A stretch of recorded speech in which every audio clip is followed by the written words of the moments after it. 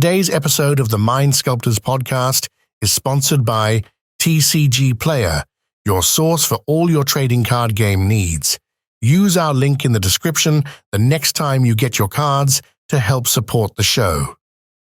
Today's episode is also made possible by our Patreon subscribers.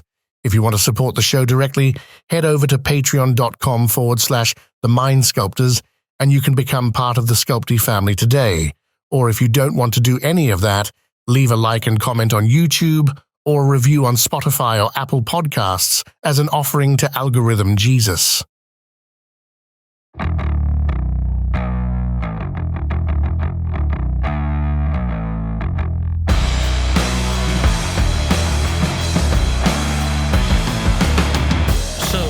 We were at my wife's graduation for the weekend. She's officially Dr. Sproutlin, which is super cool. But while we were there, we were like hanging out with some friends of ours from Nebraska, and because we were back in Lincoln, and we were getting ready to go, and we were saying goodbye to people. And as I was hugging one of our friends, my right lens in my glasses just fell out of my glasses. And so I pick it up. We're working on putting it in there. And I don't know if you can see this. Sorry for the audio only listeners, but do you see that? The glasses frame just snapped. Oh, yeah. Yeah. So I have to get new glasses because my lenses are currently super glued to the frames. Yep. So that's been fun. Not what I would consider maybe the optimal setup for that. Yeah, it was certainly not the best, especially as we were like getting ready to go onto a plane. Mm-hmm. So we had to like find super glue and do all. It was a mess. But yeah, that was other than that, it was a great weekend. Got to go see some friends back in the old Nebraska countryside or whatever. Mm-hmm. Which was nice. So the Nebraska countryside. Yeah. I mean, it is genuinely shocking to me, like going back there, just how little there is in between like Omaha and Nebraska, or in Lincoln. Cause like I'm used to, I was used to it when we lived there for like 5 years. Yeah. And then we come here and like the drive from like Cincinnati to Portsmouth, like there's not a lot there, but there's significantly more in between that than there is in between like Lincoln and Omaha, which is just wild. Yeah. So, but that's that. So yeah, welcome to Mind Sculptors. I'm Cal. And I am your other co-host who happens to be named Ian. Okay. And hope everybody had a good weekend. I know last week our episode came out on a Tuesday instead of a Monday. And that was in large part because of the fact that I was at my wife's graduation. Mm-hmm. And that was we recorded like the day before we left. Yeah. And so it was like kind of ambitious of us to record when we did and try to get the episode out by Monday. It was honestly, it was a big swing. Honestly, even hitting Monday is pretty hard for a while. So I think, one miss here and there is not the crazy thing in the world. Yeah. So we'll see that it's fine. But yeah, so this upcoming weekend is going to be the Top Deck Open / Invitational. In Columbus, Ohio. And you and I are both playing in that, but when people are listening to that, it will have already happened because again, like you're saying, we're recording this in the past. You're going to be listening to this in the future. I had a friend of mine, David, reach out last week after the episode, and he just DMs me and he goes, TMS question, is the we're recording in the past, you're watching in the future bit the point where the edible hits? And unfortunately, no, this means just raw dog in life, my guy. Like it's just this is just pure me. Yep. But yeah, we got some decks that we're going to be talking about, some ideas that we're floating around, and we'll see if we actually do any of that. But yeah, the last top deck season where we used the normal ban list. God, I sure hope so. I sure hope so. I really hope that's not the last one. I am being a little punchy because currently the world is on fire, but we'll make it happen. We're recording on Wednesday, or today's Wednesday. So yeah, I think we are reaching a critical mass, especially ironically timed with last week's conversation, which is so funny because you and I recorded that before that like became a thing in the cultural zeitgeist. Yeah. And then it just happened to also blow up immediately as soon as we talked about it. Yeah. Which was before this was released, or the episode was released, and nobody knew what we talked about. So silliness is occurring, but I think we're definitely in this weird flux state, I think, of like seeing where the format goes from here. But until we figure that out, we get to enjoy this tournament that we're, a bunch of people have worked really hard to get to. So that's cool. It'll be really fun. So I have no idea what I'm playing. I have an idea of what I want to play. Yeah. But I haven't really landed on anything. What are you thinking for this weekend? I am playing Kenrith this weekend. Okay. It's the deck I have my most consistent success with, just sort of period of any deck. And so I'm gonna play it because I know how to play it very well, and I'm want to feel confident going into a very tough field. I think that's super fair. If I was playing in the Invitational, I'd probably just be playing Tivit because I'd be like, yep, this is we were talking about this beforehand where I don't want to play Tivit this weekend because I've just played Tivit like nonstop for over a year. Mm-hmm. And burnout is real. Like, I totally get it. Mm-hmm. Do you have like any expectation on what you're like expecting people to bring for this Invitational? Like, are you expecting like a lot of Rogsai or what's so people did number breakdowns on like people's most represented decks. Blue Farm is taking up like a decent amount of the field. I think someone did the math on like Blue Farm and Rogsai are like 40% of the field, most of that being Blue Farm. And then if you throw Sisse in there, that's like 60 to 70% of the field is like those three decks. That tracks. As far as people's main lists, then there's other stuff that's like around, and obviously not everyone is going to take the deck that is like their most represented on top deck, right? Like that's not always going to be the case, especially if their most represented decks are more fringe. But I think there's at least like a decent amount of people who are just going to stick to their guns, right? Like, Malcolm and Trent are going to play Sisse, right? Like, people in Cabal are going to play Rogsai, right? So it's like there's certain inevitabilities as far as that's concerned. Freedom Waffle is going to play Blue Farm, right? So, there are people doing the thing. I to be honest, I don't think we have to talk too much about the prep for the Invitational, realistically. One, it'll be done, and the logic will apply to like 2% of the audience. And two, it's I think going to be pretty straightforward. Like, I don't think people are going to be breaking the bank. I don't think anybody's going to be going too crazy with it.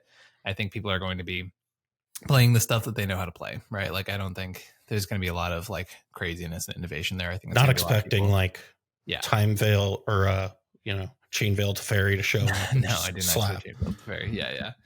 Wouldn't that be something? Right. But to be honest, I'd rather use this time while we happen to be forced to be in the room together talking about Magic to just help you with your deck. I think that's what fair. I want to use my time. That's fair. Listen, I don't want to always be about me. You know what I mean? So yeah, that's true. So right now, the deck that I am currently leaning towards is we talked about it.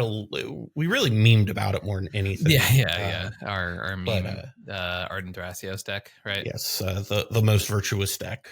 Yes, and Fiona loves Struck FLS. And I don't even remember what FLS stood for, if I'm being honest. I also I just know that somebody said Fiona loves Shrek, and I was it's fuck lime scooters. That's obviously duh. God, I'm gonna get yelled at in the comments for that one. So after we did that video, I kind of like took a stab at this in earnest, looking at like a more, what is it that I really feel like, I want to do for the list. And kind of where I've been hanging around is this like Bant, Ardenn Thrasios, like breakfast Nadu list. That's like this convergence of doing both your, your typical breakfast combo stuff, but a lot of that layers over top with the Nadu combos. And so kind of having both of them in is really nice. And then you get to play, the Savine's Reclamations that you're kind of already playing anyway. And so you just kind of get a bunch of layered pieces that go with it that I think are really neat. And, I've been trying to get an Ardenn Thrasios deck to like congeal for so long that I feel like I'm so close to like getting it. You know what I mean? Yeah. That I'm just like racking my brain trying to figure out how to make it work. You know what I mean? Yeah. Yeah. I don't know that I believe in the breakfast part of this deck. Yeah.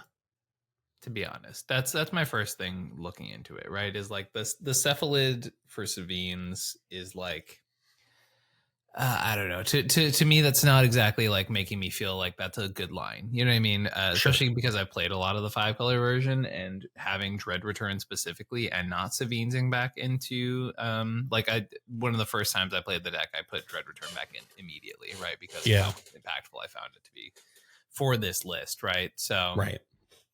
Or I should say for that package, for that breakfast package. Yeah, exactly.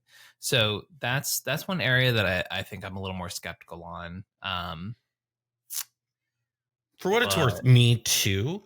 Okay. But my logic is that it doesn't have to be the like main game plan.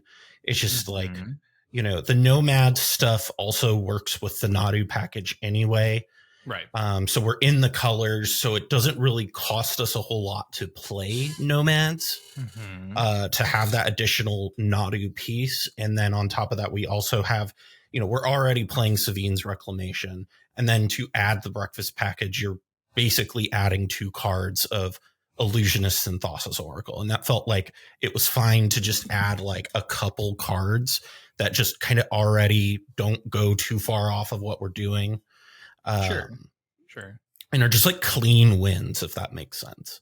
That's my problem with it, is calling it a clean win. Right. Well, like yeah. I think when I call it a clean win is it's just like, you put a Thassa's Oracle on, onto the battlefield, and it very often is a win. Right. But yeah, that's kind of my logic with it, is that, there's, playing Nomads and Cephalid is not like a huge addition, since one half of that already combos with a thing that we're already playing as a combo piece. Yeah. And I will say also, like, Thassa's being in the deck does make instant speed wins a little bit easier, because even if, like, for example, you have a way to only get in an instant speed infinite mana outlet, right? And like you don't have anything else. If you start to draw your deck, you can then get Chord for Thassa's Oracle and just draw the remainder of your list, right? Which is a nice like avenue to potentially have for yourself in this deck, so I definitely don't hate that part of it. Although that, how niche is that scenario is the follow-up question. I don't know. Yeah. No, I totally agree with you. One thing that I did think that was an interesting like line discussion that we had talked about with Phoenix was adding back in, since we have the Bloom Tender, adding back in the Umbral Mantle sort of stuff, just because you get to have like Derevi and that combos with Nadu and those sorts of, that was kind of stuff that I took out because I was trying to go like a little bit leaner on everything, if that makes sense. Yes. And I just think the leanness is good, and I think that works. But there's also a certain level of like, when you're in Bant, how are you going to go over the top of something like an Adnaz in a blue farm or something like that, right? Like how do you outgrow that? And the question is like, or the answer is to like play things that operate outside of those axes, right? Right.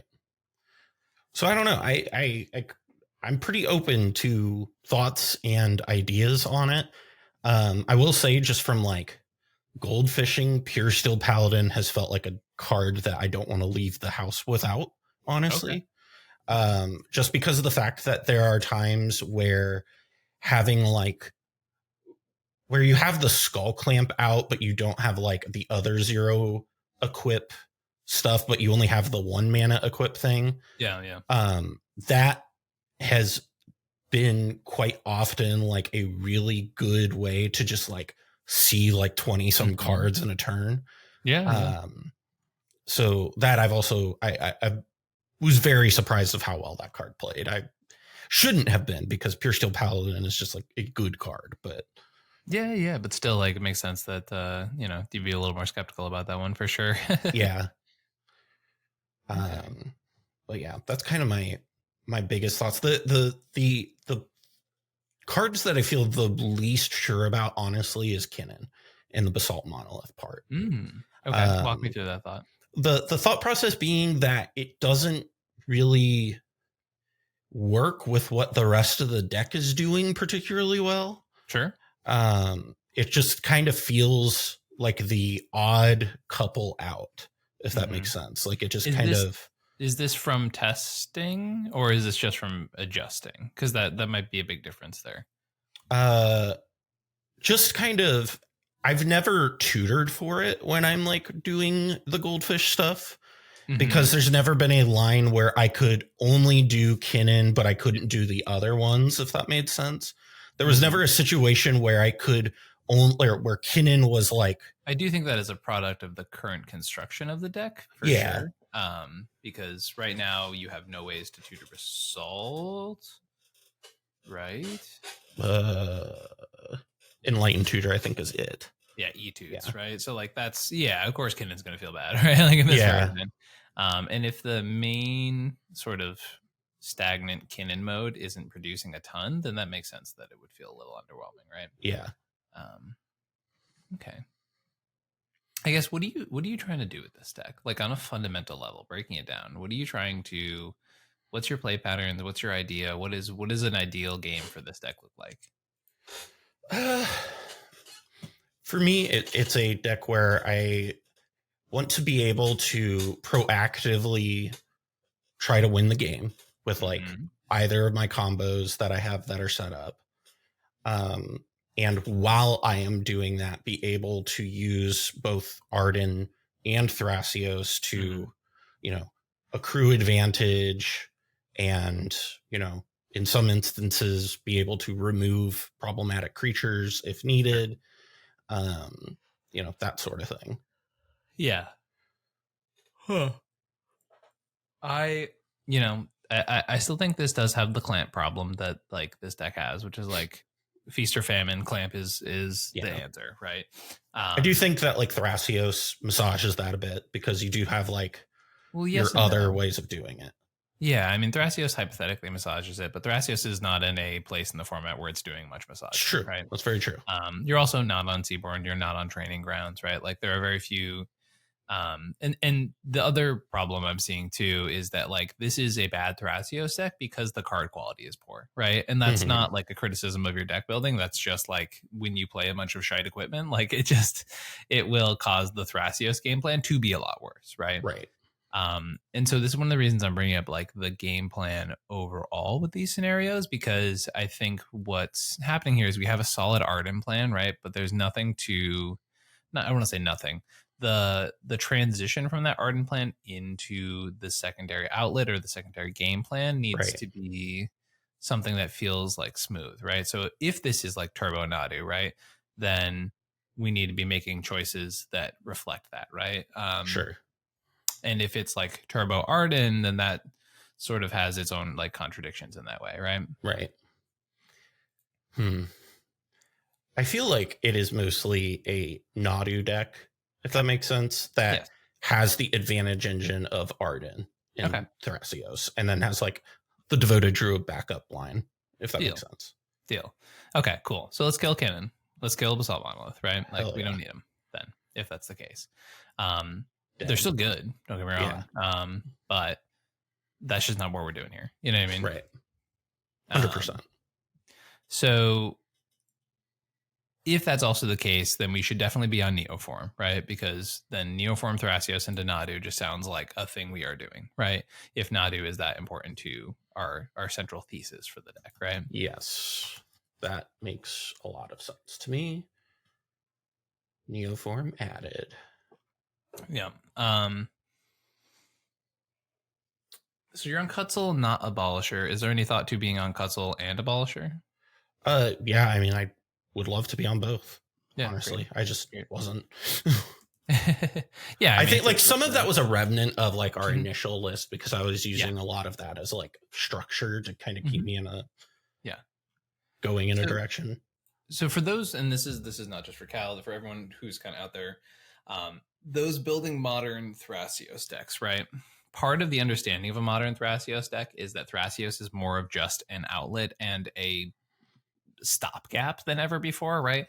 Historically, there was a time where you could just have Thrasios and it was a good card advantage engine, right? And so, hence Neoform to kill our own Thrasios, right? But that being said, also, right, it's very important for us to prioritize better card draw just in this deck, right? Like better card draw is just important. So like the definite for me would be like, I feel like we need a Polywog Prodigy in here.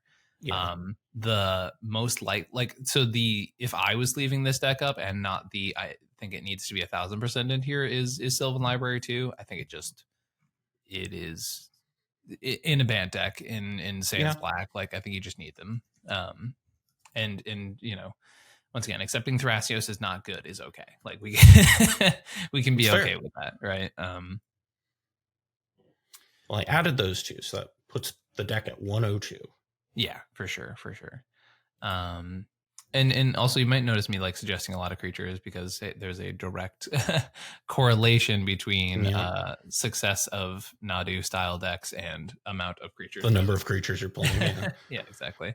Like I honestly think we could get to the point where we play Dryad Arbor in this deck, realistically. I don't like Dryad Arbor, but like I don't disagree. That was a card that Phoenix had also mentioned in our group chat that I was like, yeah, we can play that.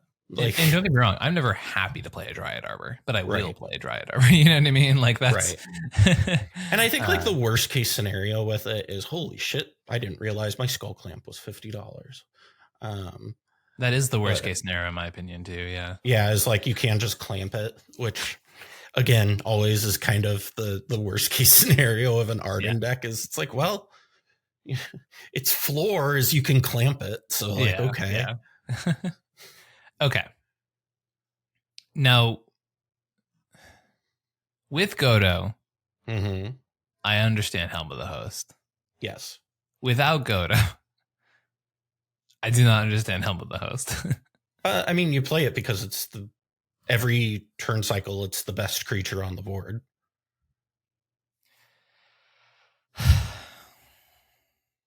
Yeah. The number of times I have used a Helm of the Host to copy somebody's Atraxa is like sickening. We gotta also remember that this is going to be the open meta, right? Which is like I don't think there's going to be a lot of Atraxas. Yeah, you might get your dark sides, right? But is a clone that dies to creature removal technically, and also doesn't work without a commander worth it for 4 mana is the question, right? That's a good question. Yeah. My experience when I played Ardenn Silas was that it was like the best card in the deck almost always. But I'm also very willing to be persuaded otherwise. Okay. I mean, yeah, that sounds like an experience thing, which I'm definitely fine to sort of yield to. Okay, Primor Formulaire. So tell me on it. I mean, like simply, it's like kind of a second Savine's Reclamation. It's not the best, honestly, but it is a thing that does like a couple of lines it opens up for you. And then just like with the tutor density, it gives you like multiple ways of getting a thing back instead of needing to only have Savine's Reclamation is kind of the logic. But I'm very willing to be incorrect on that. It's the fact that it only gets creatures is one of the big downsides for me for 3 mana. And then like I don't think is a 3 mana reanimate worth it? No, I agree. Like it's some of that is I'm kind of forgetting that without the Godo line, pre-war formal aware is a little worse. Yeah, it definitely is. But I can eat that one. Oops. And then so I think that's a pretty free little chomp there. Yeah. What do you think is like the minimum artifact or equipment you want in this deck? What am I on? I'm not counting Luxior because it's pretty much only good in like one space. Yeah. But I feel like you kind of have to play it, unfortunately, because I want 2 bottoms for Devoted Druid instead of just 1. Yeah, it's the worst one by a lot, right? It is 100%. I worry that without it, you just become so reliant on Swift reconfiguration. But it's also like a backup plan anyway. So like, do I need to devote 2 slots to that instead of just 1? Right. Yeah, it's just so useless outside of the combo. I think that's the fair. Biggest criticism of it. Yeah. I do think that, so I'm on 1, 2, 3, 4, 5 equipment. Yeah. 5 to 6 is generally where I like to be. Okay. I think like a Sword of Fire and Ice isn't the worst. Yeah. We've sort of talked about swords in the past, right? We said like Mask of Memory ended up doing pretty decently in comparison, right? Yeah. But also, like, pitching things into the yard when we only have Savines and Ewid is, I guess. I think when you're not a black deck, it's a little less appealing to play a Mask of Memory or a red deck when you have, like, Breach, right? Yeah. Because at least there you can just, like, fall back on Breach to some extent, whereas here you're just kind of boned if you don't have a Savine's Reclamation. Yeah. What about Memory's Journey? Is that a thing you've considered? Yeah, I have, actually, but Phoenix ridiculed me into cutting it. sounds like Jeremy. My big thing for Memory's Journey, which is like, I think Memory's Journey is like the most mid of all mid cards, right? Yeah, fully agree. My only sell for it is like, if you go for the breakfast plan and something goes wrong, you're actually just dead with the current configuration. Like there's no, like you literally cannot do anything. No, I agree. That's why I had Memory's Journey in earlier versions of the deck. Right. So I would love to add Memory's Journey. Okay, cool. We can probably do that. Once again, not excited about Memory's Journey. Me neither. I'm never excited to play a card like that, but Nantuko does feel like one of the more cuttable cards, realistically. Yeah. It's so good in the Nadu stuff. No, of course, right? Like, yeah. I don't disagree with you though. I worry that in the Nadu like combo turn, it just kind of like will sputter, but maybe I'm wrong. This is where I think there's maybe some disconnect with the Nadu stuff, right? Mm-hmm. Because I think when we first messed around with the deck, I was a proponent of just like the wrong kind of Nadu, right? Okay. And what I've found from this point is that fair Nadu, which is broken Nadu, is more of the Nadu where you just go just draw a bunch of cards, right? Like just draw 8, pass with 9 counter spells in hand, like that's and that just wins games. Okay. Which, definitely is one of the things I'm like concerned about with this version, because it's very much like sorcery speed focused, right? Right. And not that like the, you know, because like you move the equipment around, all that kind of stuff is like that's fine. You're not gonna get those triggers every turn, right? Right. But the stuff that Nadu does best, especially when you have like nomads and Nadu, just like sticking the both of them and then going, cool, pass the turn. All right, like on your upkeep, get 6 cards. Cool. All right, pass the next person. All right, on your next person's upkeep, get 6 cards. Right, like that's the stuff that's like kind of makes it busted. You know? Yeah, that makes sense. Yeah, I can get behind that. Springheart, get out of here. See ya. Yeah. I guess my next question. Yeah, I'm not sure. I don't hate this configuration. I do also wonder if like a Hullbreaker Horror or something like that is worth considering as like a go over the top card. But I don't know that it layers particularly well.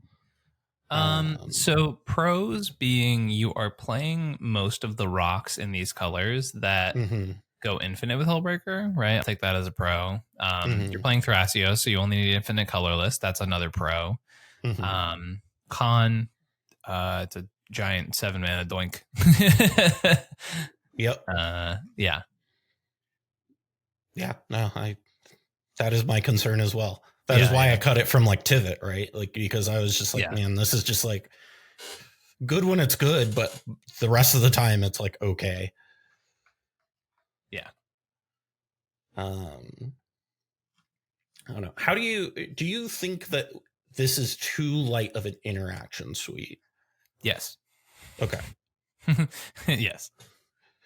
So what are your thoughts on adds and subtracts then?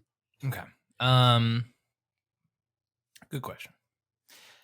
I think I want something that like I want like a Touch the Spirit Realm-esque card, right? Yeah. Just like a real uncounterable, don't mess with me, I'm taking you out kind of card, right? Right.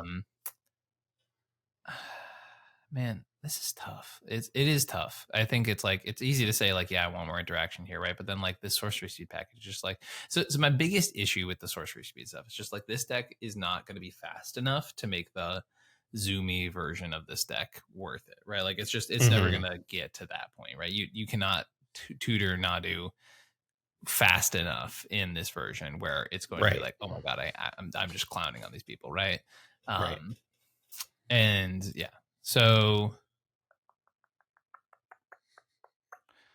yeah, and so that leans us more towards the mid-range one, but then that awkwardly leans us a little bit farther away from creatures, not explicitly though, right? Because one thing we can do with the creatures is, I mean,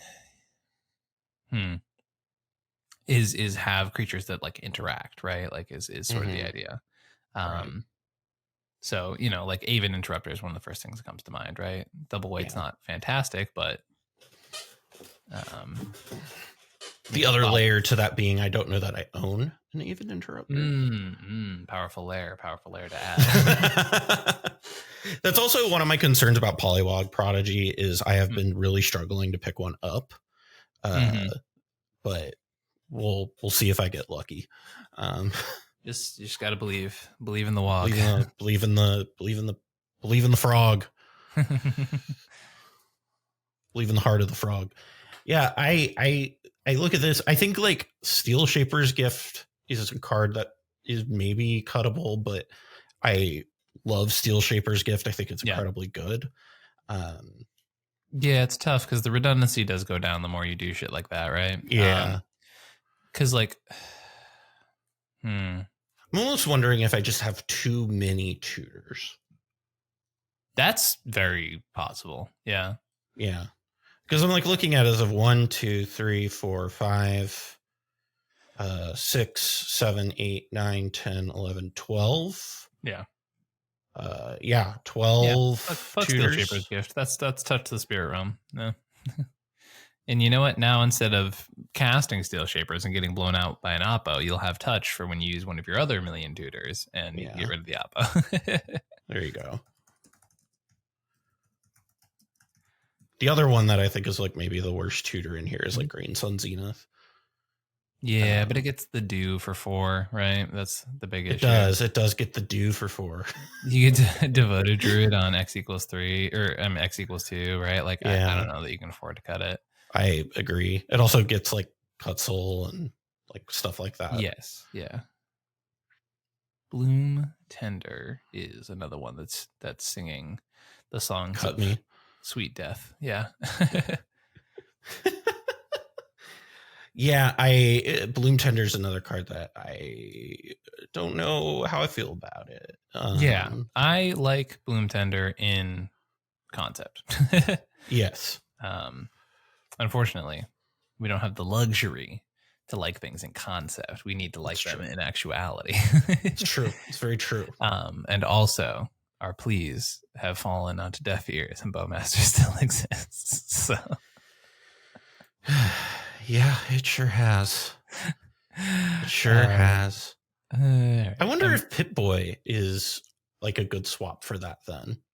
Because you get to like put a +1/+1 counter on a creature, untap some lands, draw a card, discard a card. And you get I just think it's too small ball. I think it is too. I think when just like I liked it a lot in like the Vial Smasher variant because it would equip for free and actually end up netting me mana, right? And that was great for when I'm trying to like ritual shit out, right? But that's not what it feels like this deck maybe is doing, you know? Yeah. No, I think that's fair. Is there... I don't think we need another equipment though, but I think we should be looking at another body for the do plan. I wonder if... Yeah? How dumb is it to play like... what's it called? The reality chip and top. That doesn't do anything. Yeah. Well, okay. So my logic.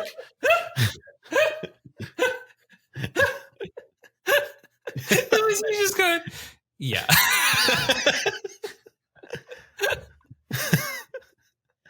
So my logic being is that like if you play one of the what's it called? The creature equipment, you can assemble like some sort of a thing if we decide we want to bring in the like Derevi and Emil package, which I don't know. Like if we were to do that, if you have those and like a pure steel, you don't need your commanders because you can just flicker your equipment creature. But you could just flicker Nadu. That's very true. I could just do that. Yeah. Listen, I'm just throwing shit at the wall and seeing what sticks. Yeah, I don't. Yeah. That's how I operate. You know. No, I know. Yeah.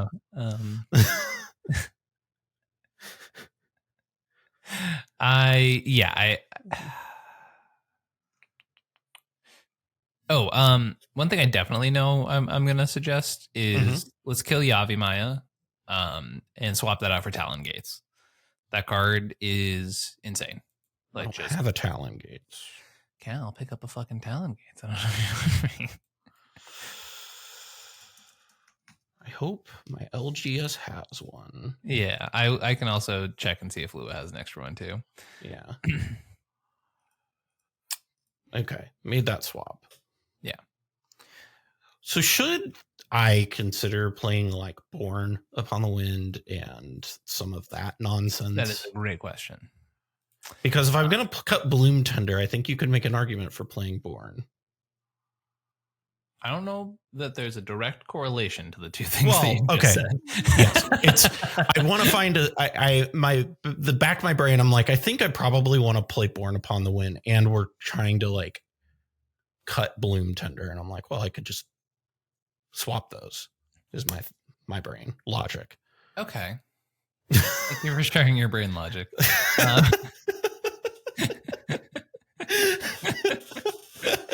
Most people keep their brain logic a little close to the chest, but I'm glad that you're willing to share.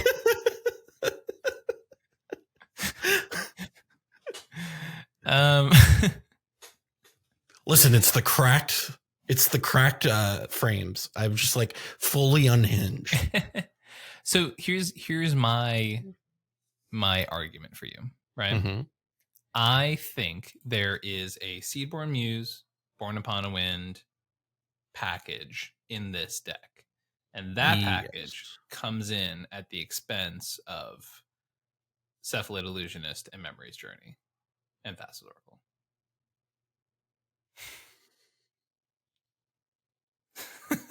Just gonna keep doing this. Thassa's Oracle is such a good way to win. You can keep Thoracle. I don't give a fuck. Yeah. I like having Thoracle so that I can just be like, I gotcha. The card does kind of do that, yeah. Yeah. But that's also why I like Cephalid Illusionist too, because even if you have Thassa's Oracle in your hand, you can just be like, okay, I'm doing my Tina Pack combo, and here's a Thassa's Oracle. You know what I mean? Like, yeah. You know, you don't have to like turbo the Savine's wreck necessarily, but I don't know. Once again, I don't care if you have Thoracle. This is more for the other ones, you know? Yeah. So your big thing is cutting Bloomtender Memory's Journey for Bloomtender Cephalid Illusionist Memory's Journey. For Seaborn Muse, Born Upon a Wind. And then what's the third card there? You're taking out 3 cards and adding 2. Yeah. That's another free spot for interaction and tutors and all that kind of stuff. Okay. Yeah. How do we get the Thoracle win without the Cephalid Illusionist? By drawing your entire deck. No, I do see what you're saying. Blah, blah, blah, blah, blah. That's why I'm like, I think like Bloomtender Memory's Journey, you can swap that in for Born and Seedborn Muse, and that like makes sense to me. But if I'm gonna keep the Thoracle, I feel like I kind of want the Illusionist, if that makes sense. Yeah. I just don't believe in the Illusionist plan. I just don't really think it's gonna win the game. I'm willing to be wrong. If I get into this event and I lose, then I lose. Like that's fine. Okay. Like I'm not going in there being like, man, if I was trying to like power gamer this shit out and be like, God, I gotta be as sweaty as possible and I gotta win this fucker. Like I would not be playing Ardenn Thrasios. Like I'm doing this because I want to play something that I think is fun and interesting. And I don't think it's a terrible deck. So I'm excited for the comments that are like, Kyle thinks that Ardenn is the best deck in the format because Cal doesn't play Rogsai. And has nothing to do with the fact that this is how Cal enjoys the format. We do have way too many Muppets in the audience. That's true. I like that you called them Muppets. Are they like that was the reference to the voice you were doing. I wasn't trying to call you. No. I was like, are they what is it? The 2 hecklers and the Sattler and Waldorf. Yeah, Sattler and Waldorf. Yeah, but yeah, that's kind of my thought is like, you know, if I'm wrong on Illusionist, I will gladly cut this in the future, but I'm also like willing to try it and see what it does. Yeah, fair. Okay. Okay.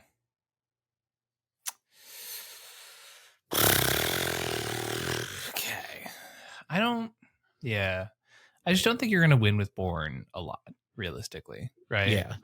You can definitely have situations where you do the Nadu thing, right? And like get a bunch of cards, but then you can go into your turn super protected, right? Which is fine. Right. And then Devoted Druid just wins at instant speed, right? So like that's with the thing. Swift. You know what I'm talking about. Yeah. Swift you can. And it's not like you can equip an instant speed also, right? So it's not like you can like, oh, I flashed in Luxior, I'm going to move to my Druid. That just doesn't work, right? So, I'm kind of okay with not doing the whole Born stuff because it feels like the only thing you could do at that point is jam the Cephalid thing, which feels like. And we've already kind of talked about we're okay doing the like the mid-range nomads and Nadu game plan. Yeah. I'd also like to throw out that like another clone might not be bad. Specifically because clones and Nadu have a very healthy relationship. Yes. in the sense that it doesn't just give you another Nadu trigger, it gives you a full reset on all your Nadu triggers, right? Right. So like flesh duplicate. Yeah, that's probably gonna be the one if we're doing that one. Yeah. Yeah, I'll get behind that. Yeah, and I have one of those. You do, or are you saying do I? I do have one of those. Hey, look at you. And I have a mockingbird, which is already on the list. But hell yeah, I do already have that one. All right, now Cal, hear me out. Okay, playing Oracle. Mm-hmm. What about Thought Lash? No, I'm kidding. I was about to drive to fucking Philadelphia and kick your ass. Hell yeah.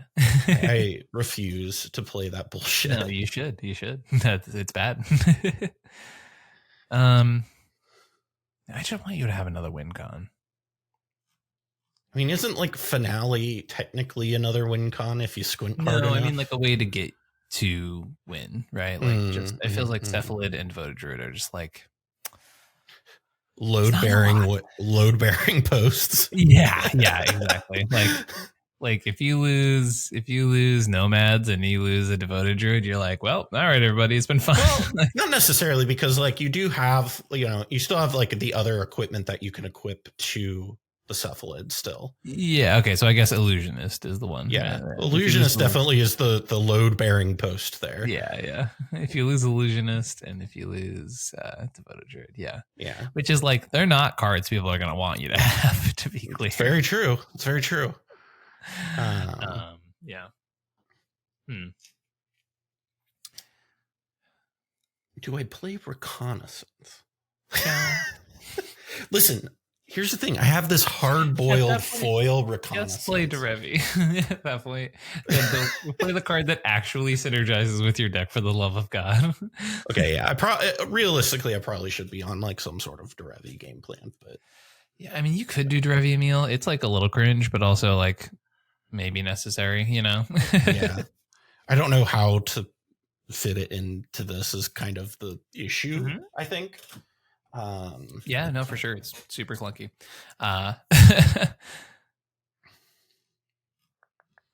Dauntless and Blind Obedience. Oh my god, Dockside's gonna fuck your day up. Holy shit. Do you understand that I just have accepted my fate? No, I understand you live in this always space. Yeah. But you're playing Dauntless and Blind Obedience, which is what you can do, right? Like Yep. Yeah. Yep. No, I'm doing what I can do. I get it. I've just accepted my place as the Dockside feeder. It just is what it is. Yeah. And I've accepted my lot in life. That's my new criminal name. I'm the Dockside feeder. Hey. Would you cut for Flesh? Was it Bloom Tender? Yes. Okay, we just never replaced it. Got it. Yes. Yeah, I cut Bloom Tender and put in Flesh Duplicate. I also don't think you need to be on 29 lands, but that's maybe me being converted by the Zoomers nowadays. Yeah, maybe. If I wasn't a Nadu deck, I'd maybe agree with that. Yeah, you're doing the do. My bad. Yeah, you're right. I'm doing the Nadu Baja Blast, I think is what this is actually called. Yeah, I believe it's actually called Deep in the Doo-Doo. Deep in the Doo-Doo.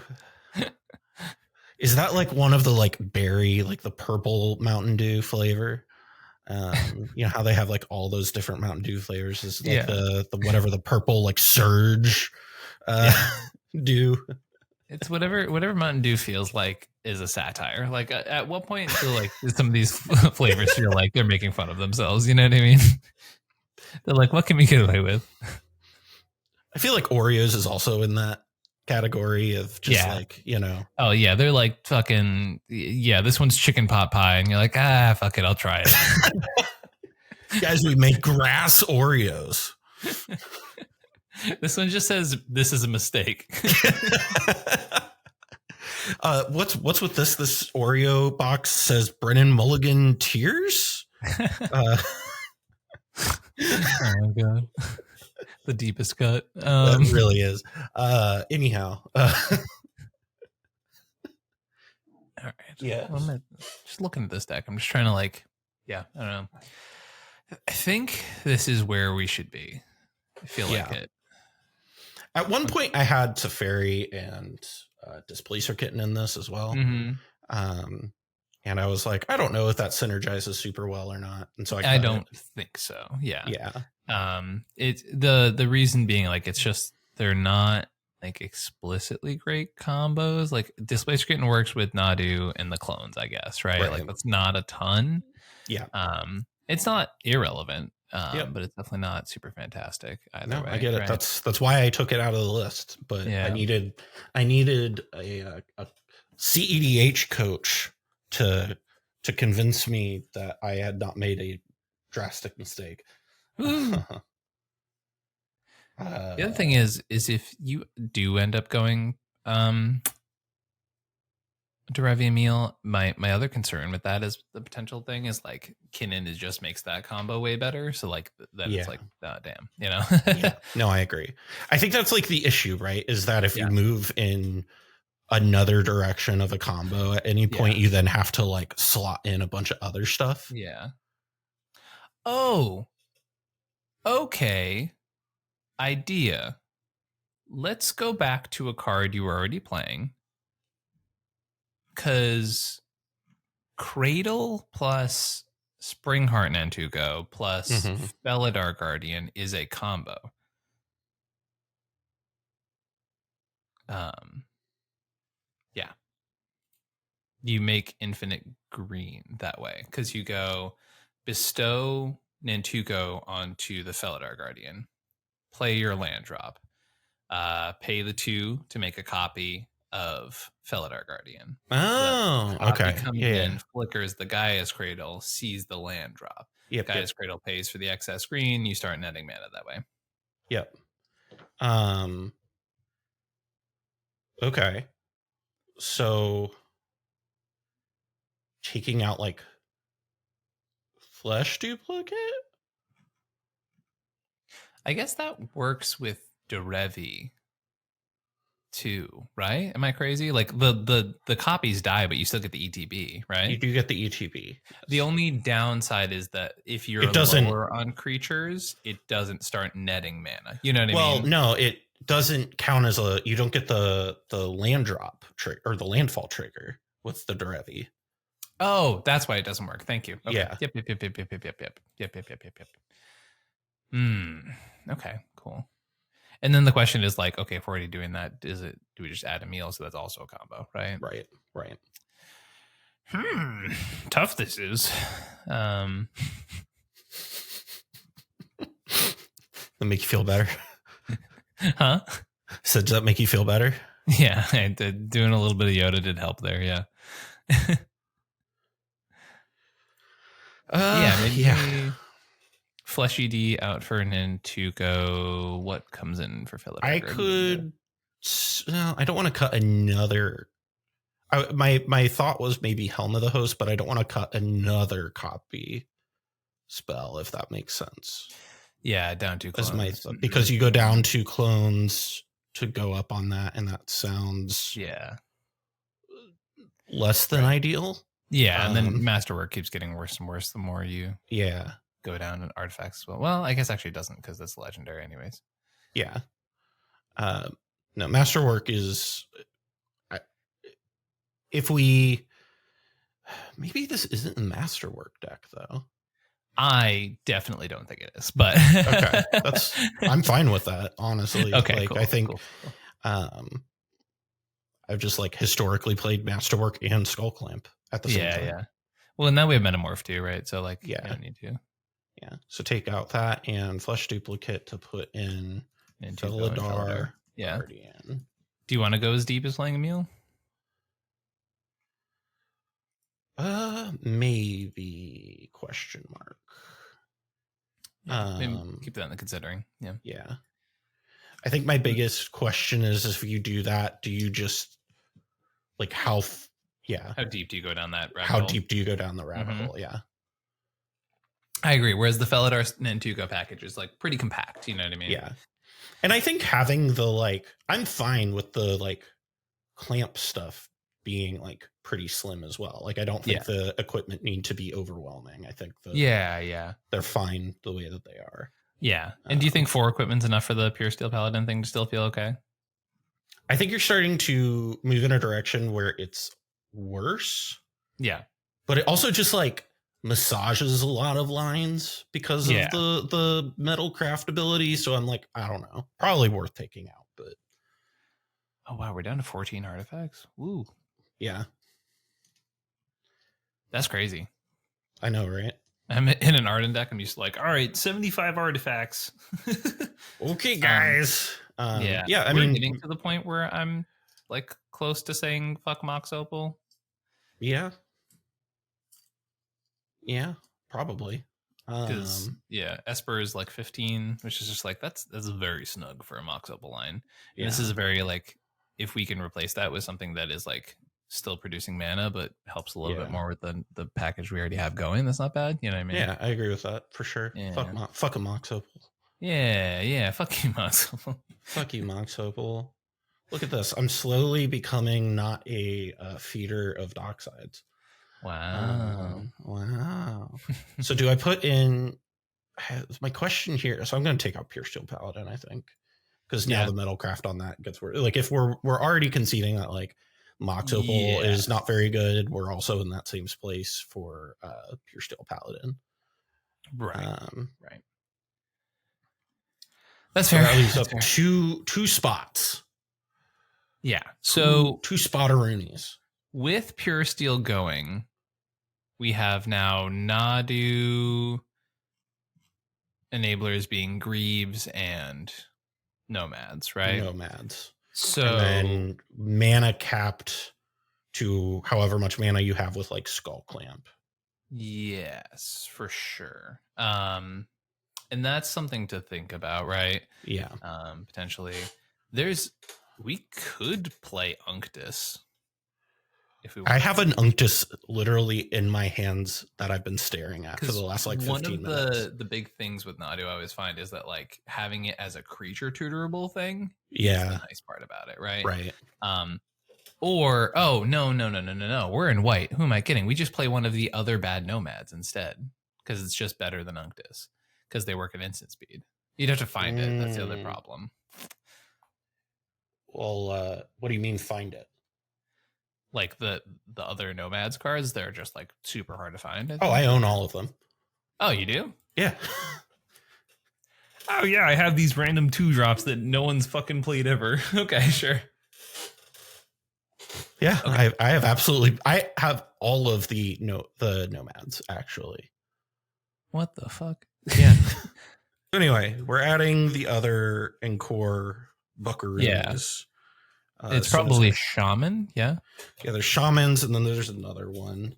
There's one that's like a generic and a white, and there's one that's 2 white, I believe. Yeah, you want the generic and white, right? Yeah. I just have to remember the names of it. And I'll remember it as soon as I find it. It's Shaman and Core. Shaman and Core. Okay. Yeah. Perfect. I will update the list. Okay. Cool. We're playing Shaman and Core. cEDH staple. You know, there was a time. Yeah. Oh, that's right. That's why I own it. Actually, is because I'm a boomer. Yeah, I'm a fucking boomer. Yeah. You remember those days? I remember. Listen, I remember when Okame Adversary was all the rage in Nagila decks, okay? Oh my god. Grob? Wow, yeah. I haven't thought about Grob in a long time. I love that Grob is a reference to another card that we don't play anymore. Yep. Welcome to cEDH, kids. Yeah. I remember in my day, Grob was considered a Nagila staple. You couldn't even sleeve the list without everyone giving you the stink eye if you weren't on Grob. This sounds like a joke, but it's true. It really wasn't. I mean, back before Fierce Guardianship, the only spells you had to give a shit about were Pact and Force. And maybe Misdirection if your opponent was feeling. If they were a saucy one. Oh, I also found my Felidar Guardian that I can just pull out right here. Nice. Hell yeah. I was just going through good. this is great content. It's amazing content right now. Well, I think everyone got to enjoy my very good boomer jokes. Your boomer jokes were, you know what? If our audience didn't appreciate them, I appreciated them, and that's really the target audience. That's really, the target demographic is us. Let's be honest. Like, when have we ever tried to appeal to an audience? It has always been whatever the fuck we think is interesting. Yeah. And listen, audience, if you want more say in keeping us on track, we don't currently make enough money on patreon.com/the Mind Sculptors to really get our shit together. in case you were confused, it's not it is www.patreon.com/the Mind Sculptor. Yeah, right. And then once again, if you want to go there and reprimand us, absolutely, we are much more willing to be open to give me a spanking, daddy.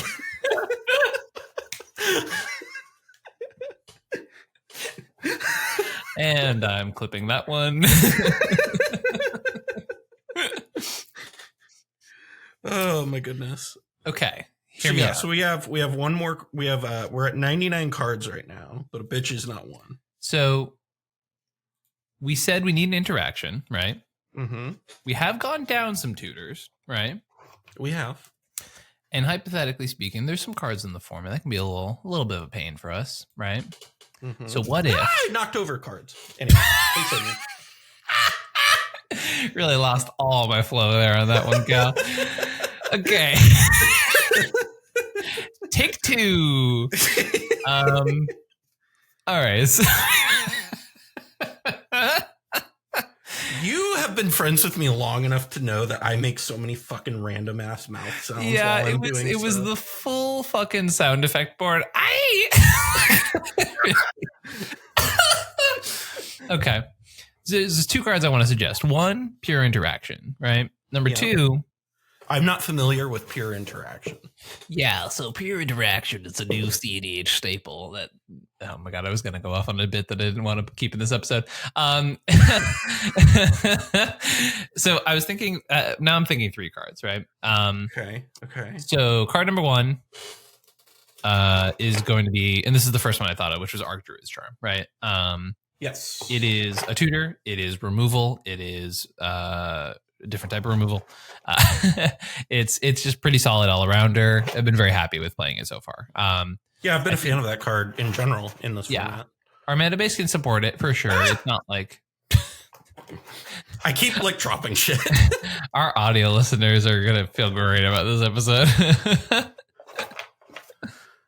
Listen, guys, I'm sorry. I don't know what to tell you. This is the type of we really do give off the vibe of the you're not gonna get this, but we really have the Pat McAfee show vibes. For our sports fans out there, you will get that one. Anyway, you okay? I pulled out the wrong box. It wasn't in that box. I'll find it later. Yeah. The other two I was thinking about are first one thought came to mind was Spell Snare, which is just a card I truly adore. So good in the current meta game. Still card that I like a lot is Strict Serenade as well. Yeah, which just totally makes sense. And the other one I was thinking was you could transition that into maybe we can afford a 2-mana counterspell. I don't think you need to here, to be honest. I think I'd rather keep it to the 1-mana slots, but I mostly agree with that. I think my argument for Spell Snare. Oh, here it is. Stern Scolding is just Warrior in Core and Shaman in Core. Hell yeah. Breach is always my counter argument versus Stern Scolding. You know what I mean? Yeah. Which is the other argument against that is Ranger Captain, right? But I think there's a lot of 2-drops that I really want to not have happen in this format. Shaman in Core. I can't believe you actually have that card. I have both of them, baby. Yeah. If it's a newer card, it's a lower chance that I have it, believe it or not. But if it's a boomer cEDH card, I almost definitely have it. Yeah. And then I guess like the last thing to potentially take a look at is like making sure your mana base is reflecting Functional? the current color configuration, right? Because it's very white heavy. It's very white heavy. Ardenn deck being white heavy? What? Yeah, I know, right? But also like so you know, weird and not normal. Yes, it's funny. You cut Grand Abolisher and it's still super white heavy, right? So, or not Grand Abolisher, pardon me. Pure Step Paladin is what I meant to say. Yeah. So we're adding in Archdruid's Charm. We decided? ? Yeah. I like that ad personally. Yeah. The other option was the 2 1-mana counter spells, right? So. Yeah. No, I like Archdruid's Charm. I think. I might be willing to like go down. Like, if I play test it more, and I just am like, it's a fucking gnat again. God damn it. Like if I think my thought is that if I can't find a Polywog Prodigy, I will just play like whatever the 2 mana or the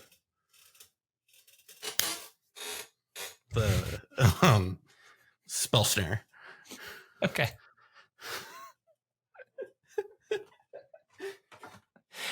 The other argument is like maybe a Training Grounds or a Biomancer's Familiar if you can't find it, right? Because that way you're at least trading card advantage for card advantage, right? Yeah, that's fair.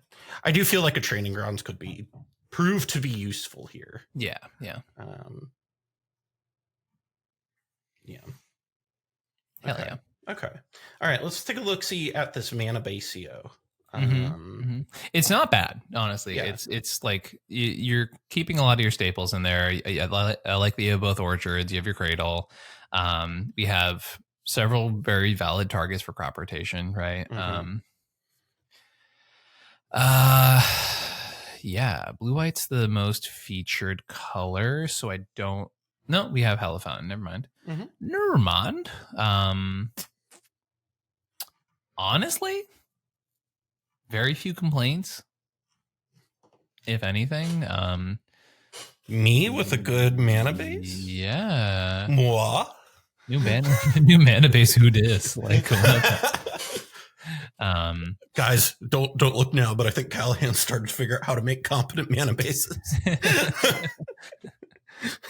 It's over for you. And I'm not going to mention how this is just a copy and paste of the one we worked on before. I'm going to cut that part. Don't worry. Yeah. Okay. Good. Gotta maintain the illusion. Yeah. Also, you guys should play Alexios from Assassin's Creed. Speaking of things Cal can't cut, let's go.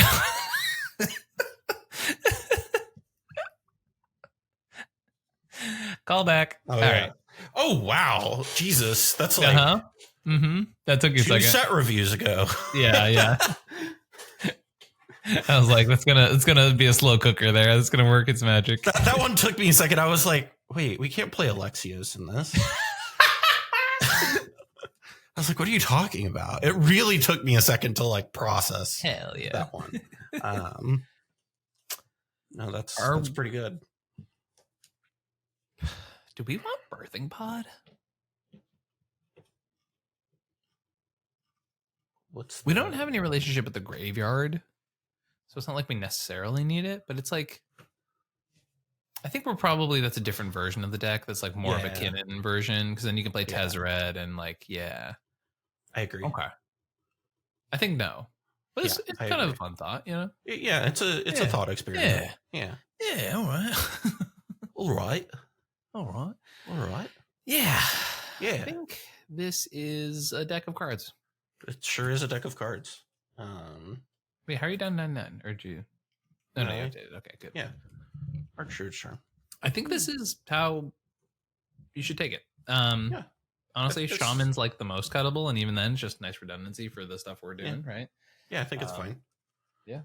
The fact that honestly playing both Nomads and Shaman makes me feel better about including Cephalid, believe it or not, because I feel less like it's a load bearing post and more of just like both of those overlap with the Nadu game plan so well. Yes, exactly. And then you aren't just like they're the instant speed enablers too, right? Like in traditional Nadu, the equipment are good because they're the best thing that you can be doing with that, right? But like the Shaman is always going to be strictly better than Shuko because it multiplies exponentially, right? Like it just gets crazier, right?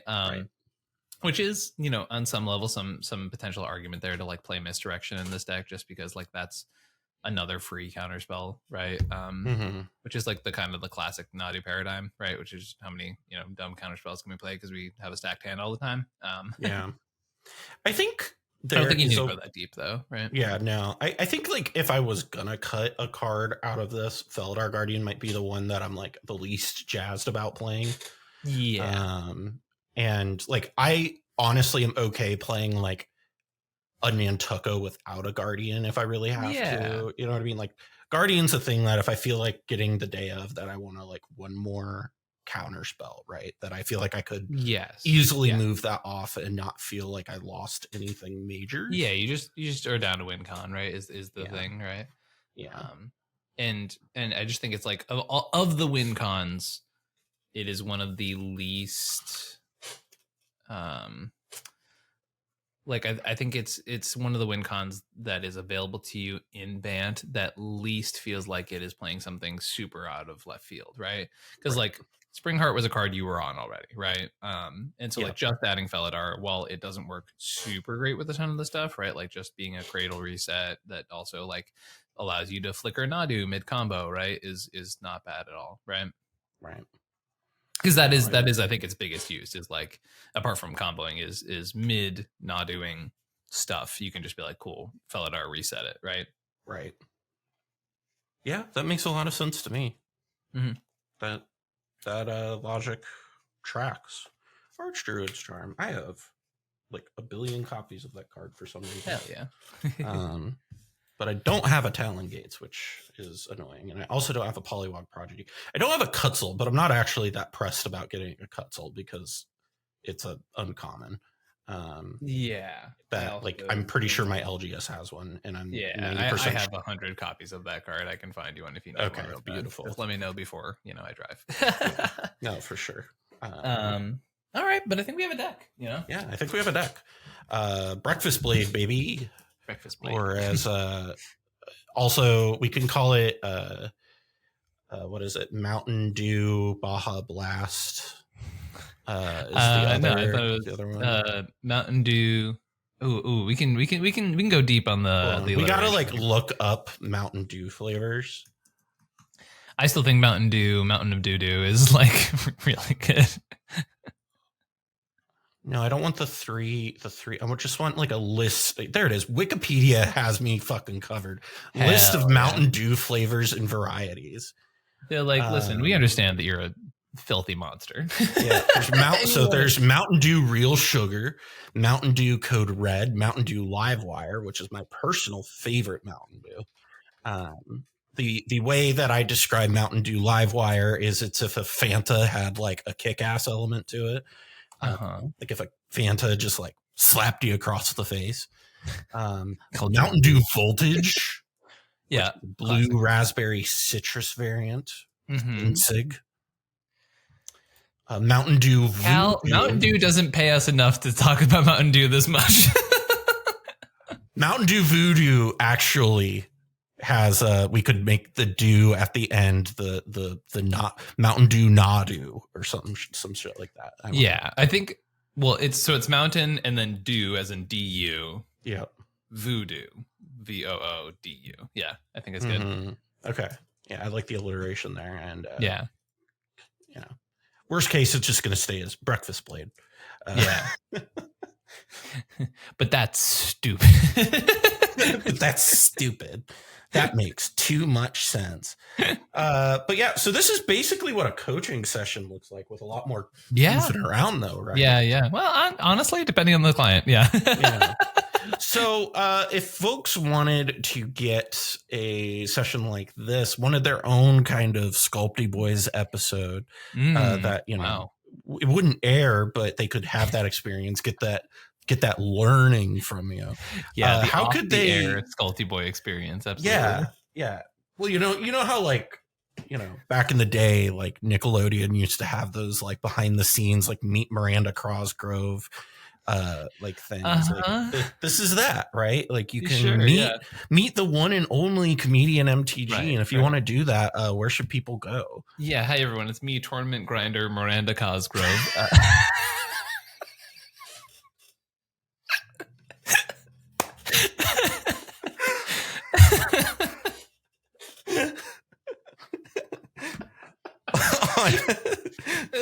Your name even kind of works with it too, because iCarly, ComedIan.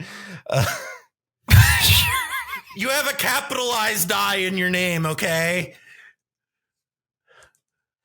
Maybe it doesn't make sense, but it makes sense in my brain logic, okay? Oh, we're getting more brain logic. Hi everybody. If you would like to receive coaching of the cEDH variety, I do provide that as a service. It's my full-time thing. Yeah, invitational this weekend. Obviously, depending on how I do will depend on how impactful this statement is. No, I mean, yeah, going into this event with the #1 record of the year. So definitely have the resume to back it up. If you're interested in coaching, you can do stuff like this where we can work on decks, stuff like that. You can work on politics and table reading and just getting into the format. I've worked with people who are consistent grinders. I've worked with people who are known entities in the format. I've worked with people who are just getting into the format for the first time. So if you're interested in any of that stuff, ComedIanMTG@gmail.com, @ComedIanMTG over on Twitter and Instagram, and ComedIan_MTG over on Discord. Find me at any of those places. Shoot me a message. Cal's lovely enough to put them in the link tree, all that stuff. And then you can check me out on my own channel, ComedIanMTG at YouTube. But over here on the Mind Sculptors, we are at 9,360 subscribers as of recording. Hell yeah. And the wild thing is that if everybody who watched this video subscribed, we would hit 10,000 subscribers tomorrow. So if you are watching this video or listening to this video, however you might be doing, maybe we're in the background and you're just doing some dishes and you're listening to us, I totally get it. You don't have to actively watch us bullshit for, 50 minutes or however long this episode ends up being. But whoever it is, if you would just do me a favor, go over to your television, to your computer, to your phone, wherever it is, go ahead and hit that subscribe button for us. That's a huge help. Also, if you also feel inclined to leave a like and maybe a comment as an offering to the almighty algorithm, we would greatly appreciate that. It really helps us out more than you would imagine. If you want to help us out financially, like we said earlier, you can go over to www.patreon.com/the Mind Sculptors. Mm-hmm. And if you go there, you can help, if you pay us enough money, we'll follow your content. Listen, I'm okay to be a whore. Okay. I will, if you want me to talk about, fucking why Sylvan Safekeeper is the best card in the format. Pull the parachute. You're in too deep. I will openly advocate for Iron Soul Enforcer as a cEDH staple if you pay me the right number of money. So head over to patreon.com/the Mind Sculptors if you want to support us, or also get me to tell the community full send why your favorite card is the best card in the format. With that being said, I'm Cal. I'm Ian. Stay sculpty, everybody. We'll see you next week.